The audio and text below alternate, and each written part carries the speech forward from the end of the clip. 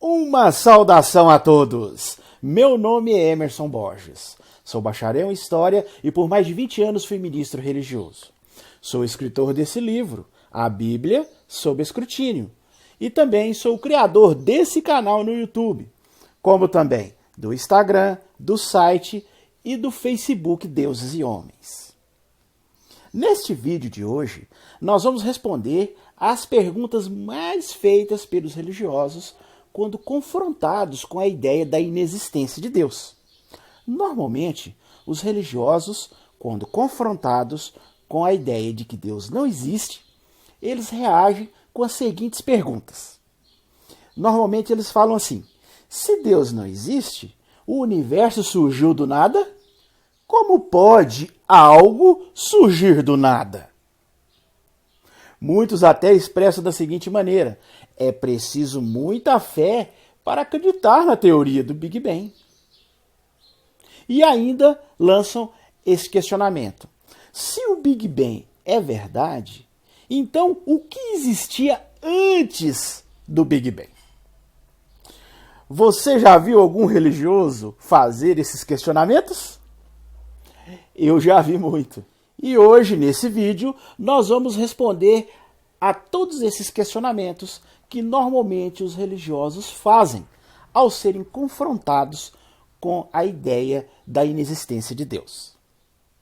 Alguns detalhes são importantes serem ressaltados devido à grande desinformação e confusão que as pessoas fazem sobre a teoria do Big Bang.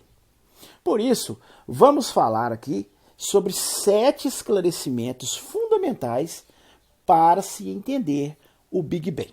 Em primeiro lugar, temos que ressaltar que grande parte dos cientistas que estudam o cosmos aceita a teoria do Big Bang, pois, até o momento, é a teoria mais plausível para explicar a origem do universo de acordo com o conhecimento atual da humanidade. Obviamente, novos fatos podem surgir e novas teorias podem ser formuladas com o tempo. Mas até o presente momento, o Big Bang é a teoria mais aceita e mais plausível. Um segundo esclarecimento muito importante a ser feito é que, na realidade, nós ainda não sabemos todos os mistérios do universo.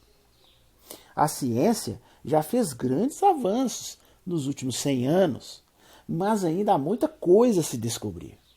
A teoria do Big Bang esclarece muita coisa. Entretanto, temos que reconhecer que ainda não sabemos se existia algo antes do Big Bang. E, no caso, o que existia antes? Já foram formuladas teorias interessantes para explicar isso, como, por exemplo, a teoria dos multi-universos, a teoria das cordas e as recentes descobertas quânticas, que nos mostram que é possível surgir matéria do nada e que a soma de energia negativa e positiva do universo é igual a zero. Portanto, teoricamente, seria possível a energia ter surgido do nada. E temos também outras descobertas que a ciência tem feito e que nos fazem pensar. Agora, o que a maioria das pessoas fazem é não reconhecer que esse nosso conhecimento sobre o cosmos é muito limitado. Eles não reconhecem isso, em especial os religiosos. E aí o que eles fazem? Eles passam a criar um Deus para preencher essa lacuna que eles ainda não entendem. Percebeu? Eles criaram um ser mágico para preencher essa lacuna que eles ainda não entendem. Eu, pessoalmente, acho uma desonestidade muito grande e uma arrogância enorme do ser humano querer inventar um suposto Deus e resolver nas nossas mentes que esse suposto Deus, ele nunca teve princípio, nunca terá fim, é atemporal, está além das leis da física, né? E ficar inventando aí atributos para esse ser mágico para colocar ele nessa lacuna que nós ainda não compreendemos. E o pior de tudo é que esse suposto Deus, que foi criado pela mente humana para preencher essa lacuna que o ser humano não entende, ao invés dele resolver o problema, ele cria um outro problema ainda muito maior. Isso mesmo, um problema ainda muito maior. Por quê? Se partimos do pressuposto de que o universo é complexo demais para ter surgido do nada, o suposto criador do universo, no caso, é muito mais complexo ainda para ter surgido do nada. Se a complexidade de algo determina que ela necessita de um criador, então o criador, sendo ainda mais complexo do que a criação, ele irá precisar ainda mais de um criador também. Assim, se nós partirmos por esse raciocínio, ele precisaria ainda mais de uma explicação para a sua origem. Aí chega a questionadora pergunta, que os religiosos ficam fugindo dela. Quem criou o Criador? Quem foi que criou o Criador? Me responda você aí, religioso. Se a complexidade de algo exige que aquilo tenha um Criador, por exemplo, o universo, eles falam, o universo é complexo demais, Se um simples relógio precisa de um relojoeiro, imagina o universo, Então, se o universo precisa de um criador, porque ele não pode ter surgido do nada, porque segundo os religiosos ele é muito complexo, esse criador é muito mais complexo ainda que o universo. E ele ainda mais precisa de uma explicação sobre a origem dele. Da onde veio esse criador? Como ele surgiu? Nós não podemos usar dois pesos e duas medidas. Se o Criador pode ter surgido do nada, o universo também pode. Agora, se o universo não pode ter surgido do nada, o suposto Criador também não.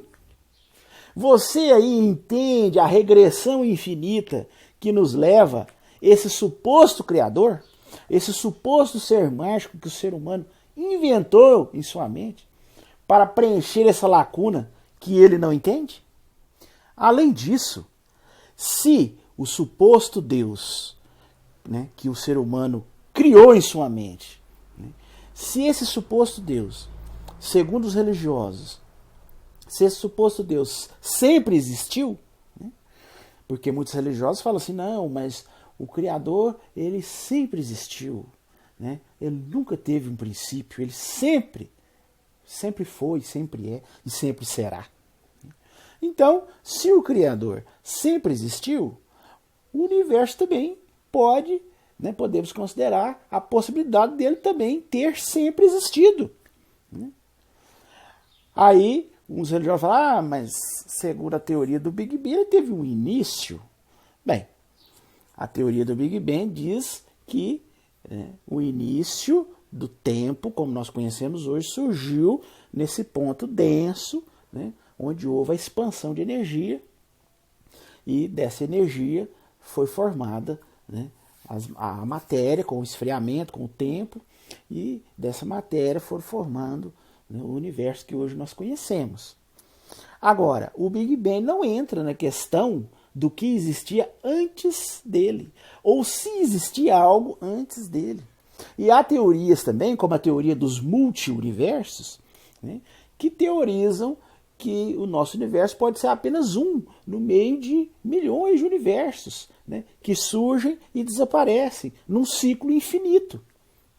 Então, se o religioso pode resolver na sua mente que o suposto Criador sempre existiu, nós temos teorias também científicas que propõem que o universo também sempre existiu. Então não podemos usar dois pesos e duas medidas.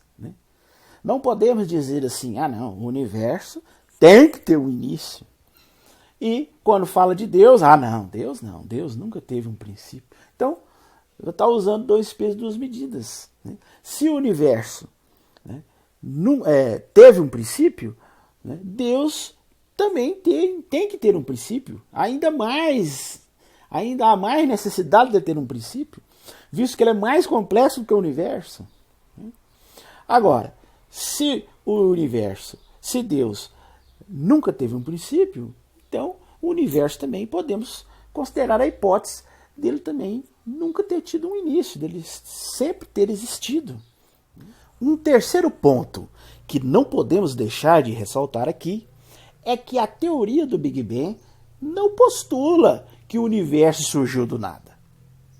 Mas a teoria do Big Bang, ela fala que o universo surgiu em concomitância com o tempo.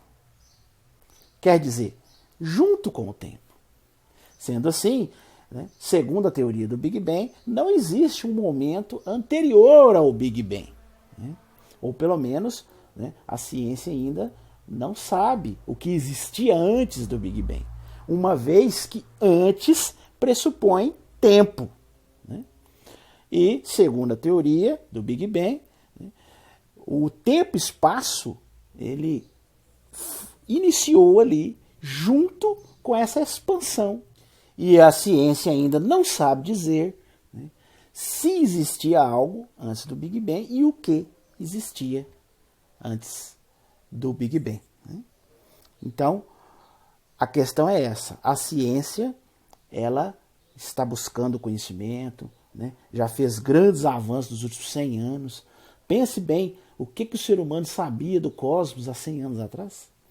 Praticamente nada, Hoje, o nosso conhecimento já cresceu muito e estamos buscando conhecimento. E o método científico é a melhor maneira de avançarmos nesse conhecimento. Tanto é que toda a evolução tecnológica que o mundo viveu esses últimos 100 anos foi graças ao método científico. A religião não contribuiu em nada para o desenvolvimento tecnológico. Mas às vezes os religiosos falam assim, mas tem muitos religiosos que são cientistas. Tem muito religioso que é cientista. Inclusive, o Francis Collins, que foi parte do projeto Genoma Humano, ele é cristão. Só que ele é um cristão evolucionista. Ele já conseguiu abrir a mente e percebeu que o negócio de Adão e Eva, isso tudo é uma metáfora na mente dele. Aquilo ali é simplesmente uma linguagem simbólica. Ele acredita, depois que ele estudou o genoma humano, ele chegou à plena convicção de que o ser humano é fruto da evolução. E ele acredita na evolução. E quem dera se a maioria dos religiosos fossem mais refinados, como Francis Collins, esse cientista, para aceitar a evolução. Aí nós já estaríamos dando um passo muito grande. Mas, infelizmente, 90% dos religiosos insistem em ir contra a teoria da evolução e ficam insistindo que aquela historinha, aquela historinha da caronchinha lá, de Adão e Eva, do paraíso, a cobra falante, aquela coisa toda, que aquilo é literal, aquilo é real. Então, infelizmente, a maioria dos religiosos ainda crê nisso. Mas eu tenho esperança que, com o desenvolvimento do conhecimento, inclusive da internet, que é um grande difusor de conhecimento, apesar também de difundir muita ideia errada, mas o verdadeiro conhecimento sempre vai se sobrepondo. Eu espero que um dia os religiosos possam ser um pouco mais refinados e aceitarem a teoria da evolução, que já é um grande passo. Então, mas esse assunto de evolução nós vamos tratar num outro vídeo. Nós, voltando aqui ao assunto da cosmologia, então, muitos cientistas realmente são religiosos. Mas eu pergunto a você, o que a religião ajudou esses cientistas nos seus trabalhos científicos?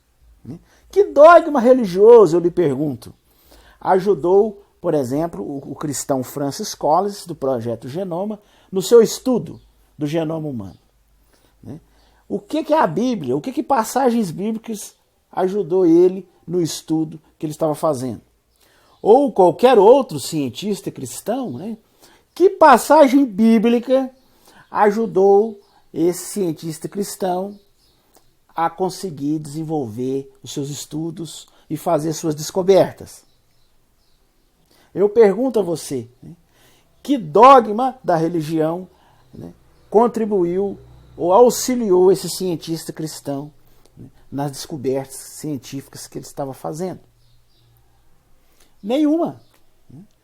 Não teve colaboração nenhuma. Muito pelo contrário. Esses cientistas cristãos, para conseguirem avançar no conhecimento e fazer suas importantes descobertas, tiveram que deixar os dogmas religiosos de lado, que tanto atrapalham o desenvolvimento científico.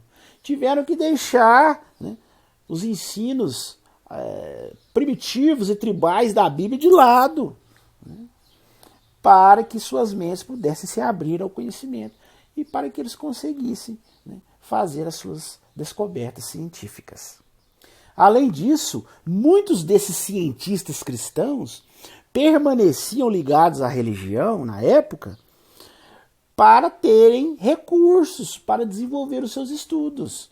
Devido ao grande poder e influência que a igreja tinha, principalmente no passado, né, a única maneira desses cientistas terem condições financeiras para desenvolver os seus projetos era através das religiões, né? Porque as religiões, né, praticamente tinham o domínio ali da Europa na época, né? E tinha todos os recursos ali em suas mãos, né, devido à sua história de roubos e de trapaças, né? Que aqui, se nós formos entrar nisso aqui, nós vamos ficar o dia inteiro falando sobre isso, né? Também não podemos deixar de citar que muitos desses cientistas religiosos permaneciam ligados à religião por medo, porque a tirania religiosa na época era muito grande, né? E na época havia até a Santa Inquisição, né? Quem fosse contra a religião abertamente poderia ser até mesmo queimado na fogueira. Então muitos deles, apesar de discordarem fortemente de vários dogmas e ensinos da religião da época, eles permaneciam ali, né, deixavam esses seus pensamentos contrários à igreja, deixavam esses pensamentos ali só com eles, né? Não ficavam expondo isso publicamente, né? Às vezes, se fizessem isso, poderia, né, até ser um risco de vida para esses cientistas. Tanto é que muitos desses cientistas chegaram a fazer certas descobertas que iam contra a ideia da igreja e tiveram que deixar essas descobertas, né, escondidas por algum tempo, né? Não falavam publicamente com medo das consequências, né, da igreja na época, puni-los até com a morte, né? Temos até exemplos de cientistas que a igreja obrigou eles a renegar suas descobertas, como o famoso caso de Galileu Galilei, né, que a Igreja Católica obrigou ele a se retratar, né, das suas descobertas científicas, porque senão ele seria morto. E ele ali, mesmo a contragosto, teve, né, que diante ali da igreja, da sociedade, né, se retratar de suas descobertas científicas. Inclusive, muitos cientistas foram aprisionados, né, tiveram prisões domiciliares, né, foram castigados, né, foram até mesmo mortos por ousarem ir contra as ideias arcaicas da igreja.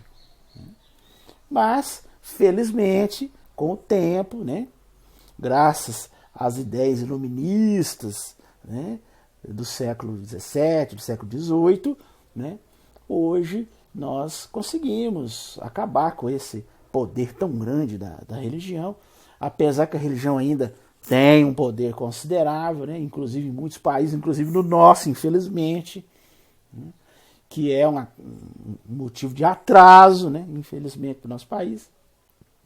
Mas, né, lentamente, né, estamos conseguindo separar essa questão da religião e do Estado, né?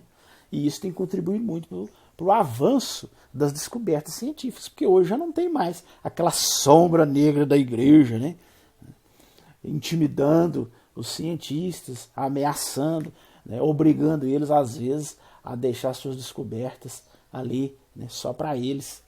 Então, felizmente, estamos conseguindo, né, superar esse obstáculo enorme. Então, apesar de ter tido cientistas no passado cristãos, e até hoje existirem cientistas cristãos, né, nós temos que reconhecer que a maioria deles, né, eram religiosos, primeiro, para ter financiamento para suas pesquisas, e segundo, por medo, né, de serem excomungados, serem mortos, serem aprisionados, porque o poder da igreja ali na época era muito grande.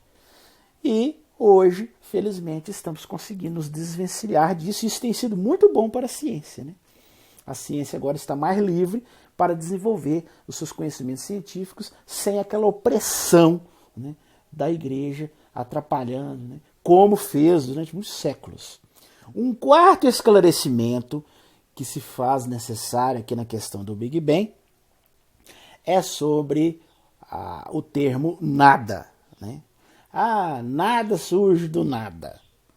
Então, essa ideia de que nada surge do nada é uma ideia que já está ultrapassada, né? É uma ideia antiga dos antigos filósofos gregos, como Aristóteles, que já caiu por terra há muito tempo, desde a época, né, da década de 50.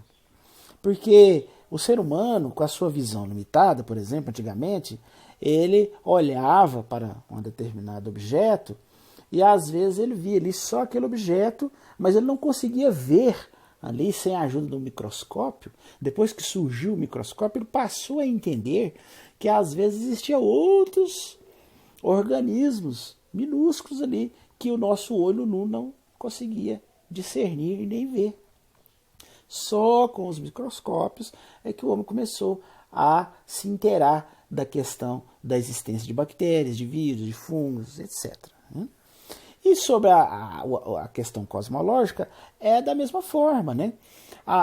O conhecimento científico, né, quando ele vai avançando, a gente vai percebendo que aonde antigamente se enxergava que não existia nada, né, na realidade não é o nada absoluto. Há coisas ali, só que nós não conseguimos discernir. Como, por exemplo, a mecânica quântica tem abrido muitos horizontes sobre essa questão das partículas subatômicas, que antigamente a maioria achava que não existia nada ali, mas na realidade existia.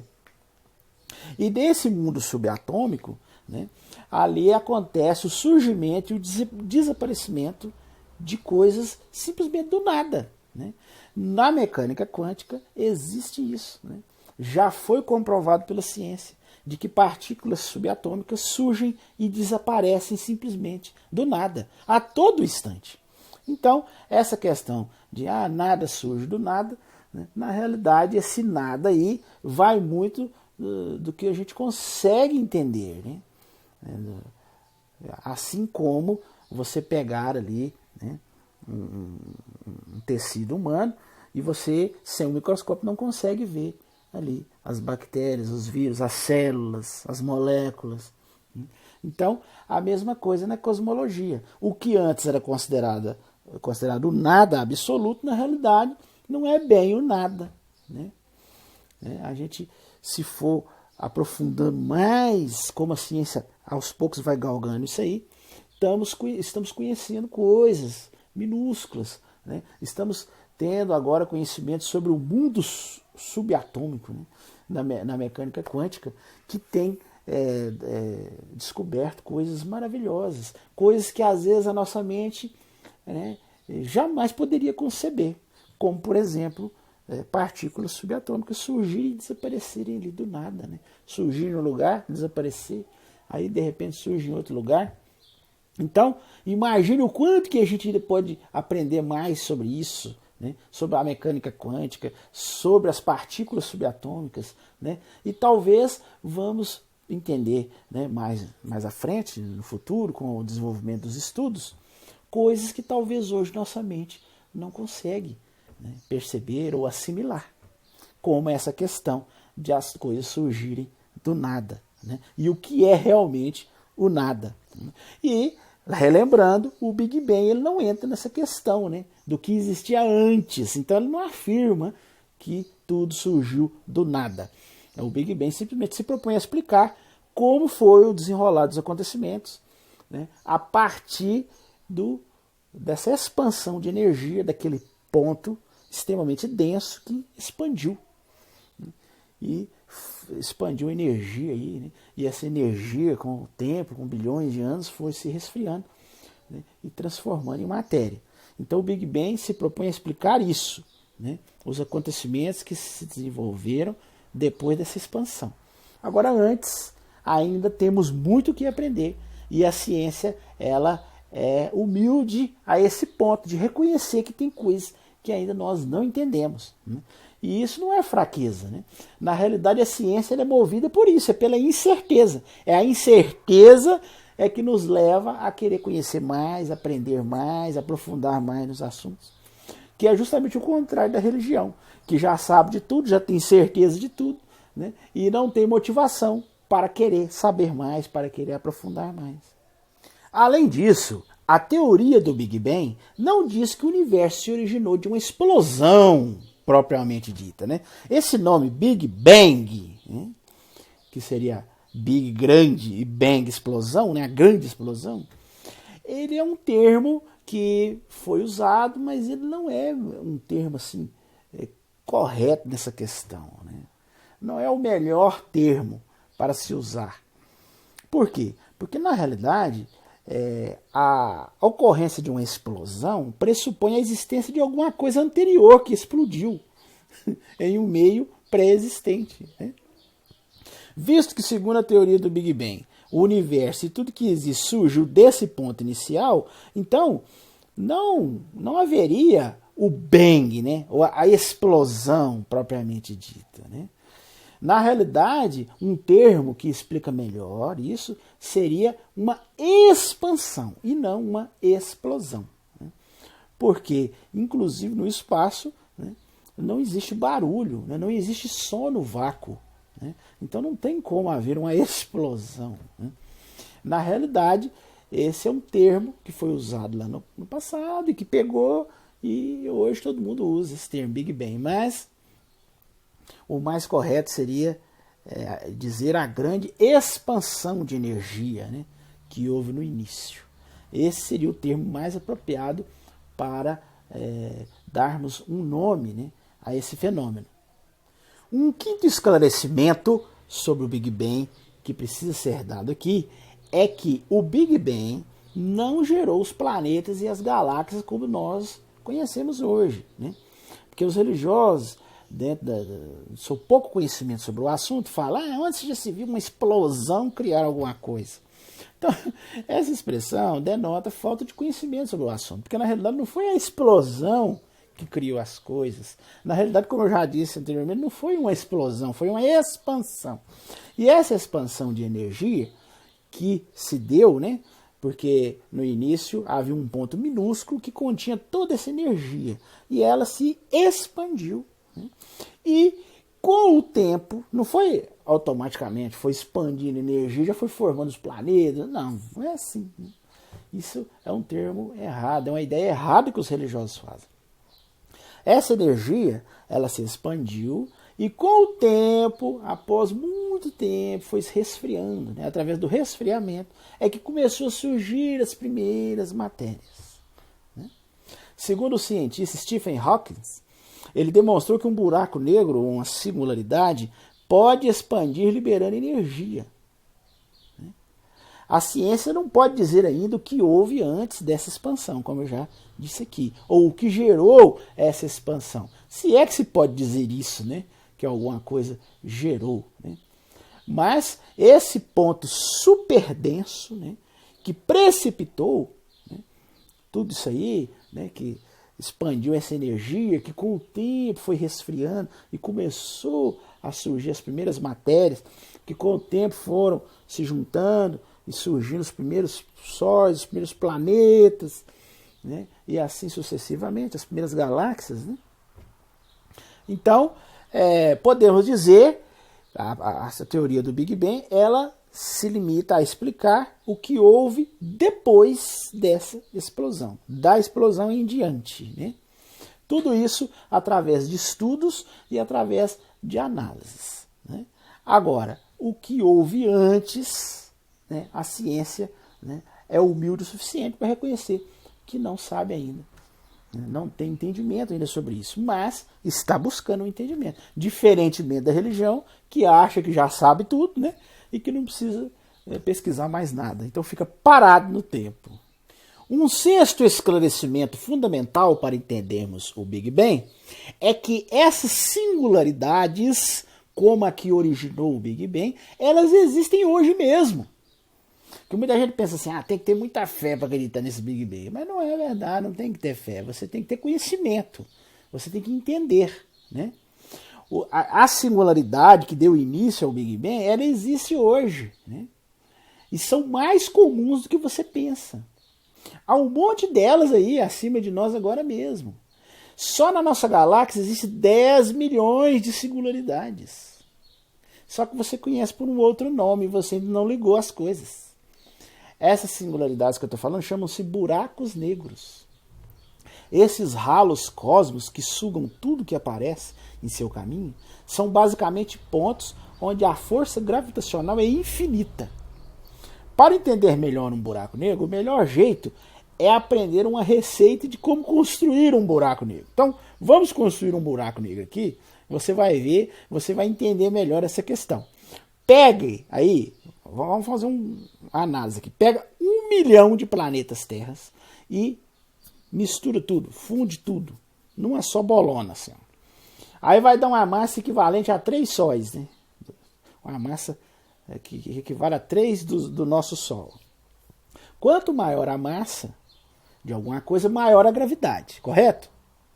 No caso dessa bola que nós estamos fazendo aqui, que nós pegamos 1 milhão de planetas Terra e misturamos tudo, fizemos uma bolona grande, né? A força gravitacional seria tão poderosa que nada teria como ficar em sua superfície sem começar a ser tragado para dentro do solo, né? Até a própria superfície começaria a ser engolida. Isso realmente acontece com estrelas gigantes. Os cientistas observaram acontecer muito isso em estrelas gigantes distantes daqui, nas suas observações.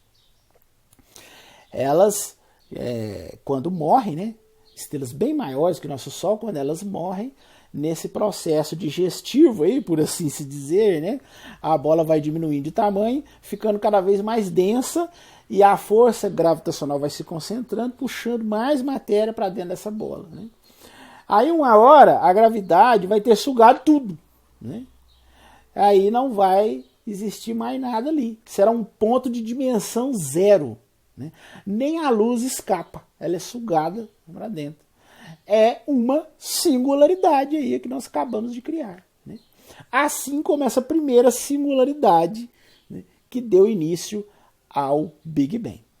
Um sétimo esclarecimento fundamental para entendermos o Big Bang é que crer no Big Bang, em átomos e em fenômenos astronômicos é crer no que eu vejo.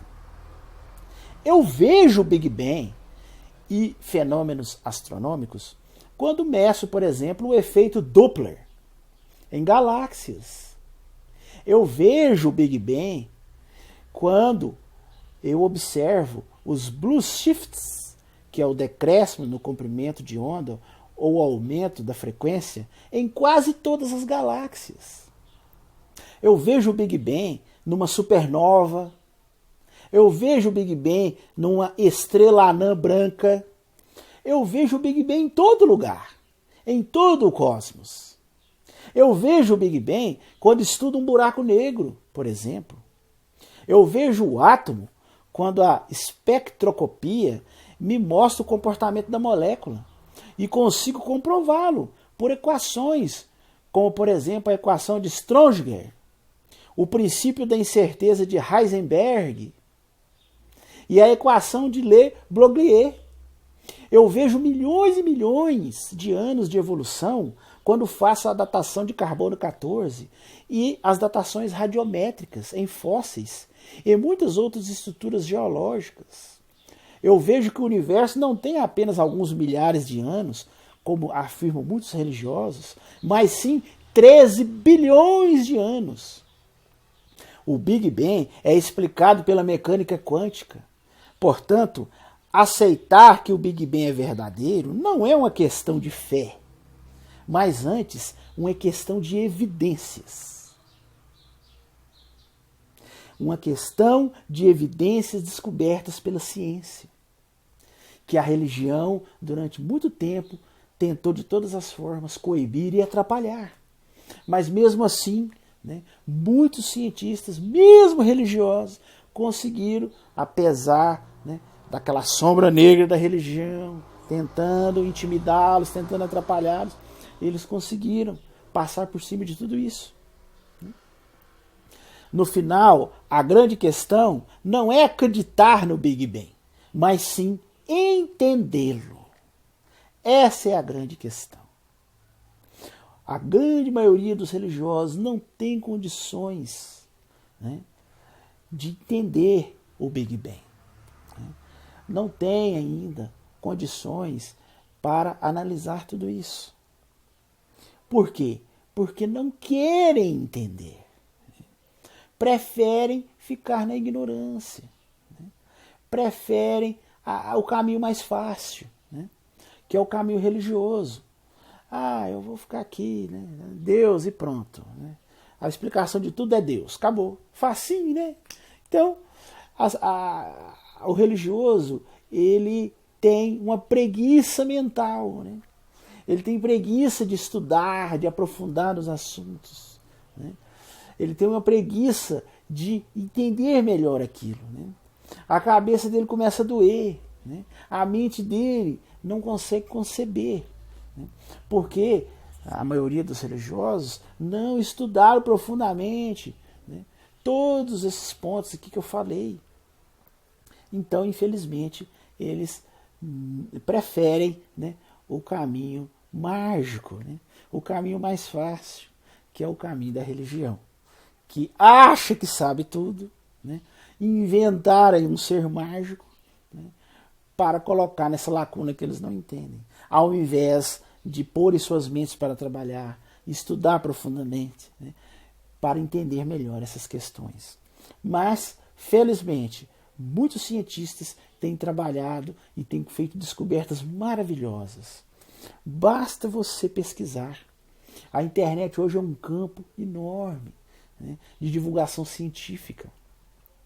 Eu posso sugerir para vocês aqui, por exemplo, a série Cosmos, né, com o cientista Neil deGrasse Tyson. Né? Essa série ela é maravilhosa. Ela explica de maneira simples, pedagógica, né? Sempre com desenhos, sempre com gráficos, efeitos especiais, para que você entenda melhor, para que o seu cérebro possa conceber melhor essas maravilhosas descobertas científicas. Essa série Cosmos foi uma série que foi refeita agora, baseada em uma outra série mais antiga que eu também sugiro a vocês, né? Feita pelo saudoso cosmólogo Carl Sagan. Você pode assistir essas duas séries, estão aí disponíveis, né? Tem na internet, tem no YouTube. Né? Então, quer dizer, só não aprende quem não quer. Né? Então, livros também que podem ajudar muito. Por exemplo, eu tenho um livro que eu posso sugerir para vocês aqui, do cientista Stephen Hawking, aquele da cadeira de rodas, né? Um universo numa casca de nós. Ou um outro livro dele também que fala Uma Breve História do Tempo.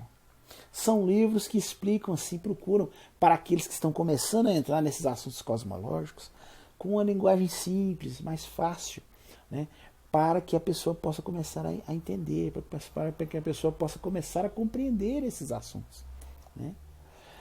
E à medida que você começa a aprender, à medida que você começa a entender, é como que o seu cérebro assim, se expandisse. Né? O seu cérebro se abre para essas novas descobertas maravilhosas que a ciência tem. Então faça isso, vá atrás do conhecimento, não seja uma pessoa que demonstra preguiça intelectual, né? Não seja acomodado, não se escolhe nas explicações fáceis da religião, que na realidade não explicam nada. Simplesmente é um ser mágico criado para colocar aí nessa lacuna e pronto. né? E vai ficar isso aí milhões de anos e eles não vão nunca conseguir aprender. Não vão conseguir descobrir as maravilhas do universo. Assim como a ciência está fazendo. E eu, para encerrar esse vídeo, digo a vocês o seguinte. A questão das descobertas científicas não é questão de fé. Como muito religioso fala aí, tem que ter muita fé para acreditar em Big Bang, para acreditar em multiverso, para acreditar em evolução, para acreditar nessas coisas, buraco negro, supernova. Não é questão de fé. É questão de entender, de conhecer. Bom, esse era o assunto que nós iríamos falar hoje, né? Se você gostou, se você chegou até aqui é porque você gostou. Então não esqueça de dar o joinha aí no nosso vídeo, viu? Estoura esse like aí de joinhas. Isso é muito importante para nós. Se inscreva aí no nosso canal, comente, compartilhe. E não se esqueça de acionar o sininho de notificações. Toda semana a gente faz um vídeo novo. E você acionando o sininho de notificações, assim que a gente subir o vídeo, você será notificado. Se você desejar adquirir o meu livro, eu sempre deixo nos vídeos, e esse vídeo aqui não é diferente, vou deixar aqui na descrição os links aonde você pode adquirir o meu livro. E se você desejar assistir os outros vídeos que nós já fizemos na série, nesse canal aqui, né, nós já fizemos mais de 30 vídeos, eu vou deixar, como sempre deixo, os links dos outros vídeos que nós já fizemos, para que você possa assisti-los. Ok? No mais, eu desejo uma boa semana a todos e até o nosso próximo vídeo.